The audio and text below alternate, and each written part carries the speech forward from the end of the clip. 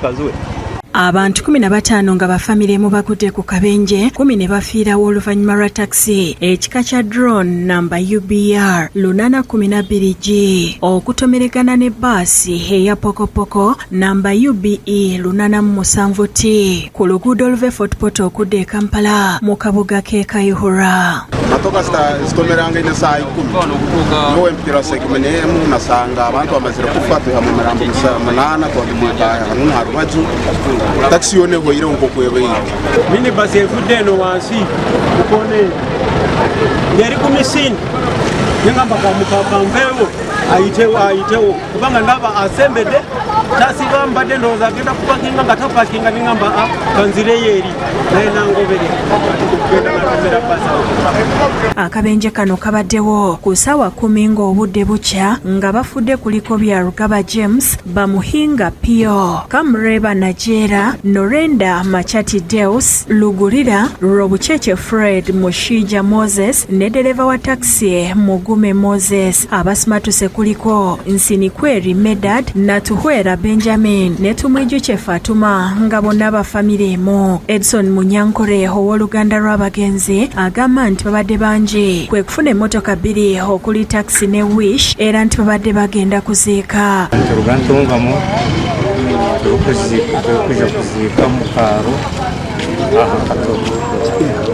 kiteka ati motoka twashagamu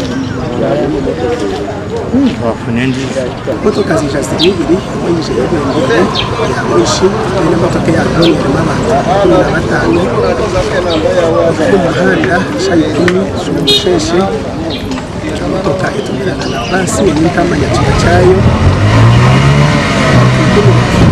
Julius Rugumayo omutuze w'e Kayihura agamba nti obubenje bususe mu kitundu kyabwe. Accident isingira muno kubaho avuhamu kusangante campus ezindi zihali tiyangule nejwa ku accident yendi ni yemwe bikuko ana kapopoko jweri ya accident yendi abasukana abakulindira hifu wao ne jweri ya accident yendi ya link yagwa majani betukakwa matuyamba no hagati matera hamsi enkoto matoka rasofa na silva ne jampo. Emirambo gijidwawo ne gitwalibwa ku ggwanika ly'eddwaliro ekyenjojo ate bafunye ebisago ne batwalibwa mu ddwaliro lya Buhinga. Omwogezi wa poliisi y'ebidduka mu ggwanga Michael Kananura akakasizza akabenje kano agamba dereva wa taxi abadde avugisa kimama bw'atyo n'ayingirira bbaasi. 10 people dying at once, moreover in one vehicle. It's not a small number.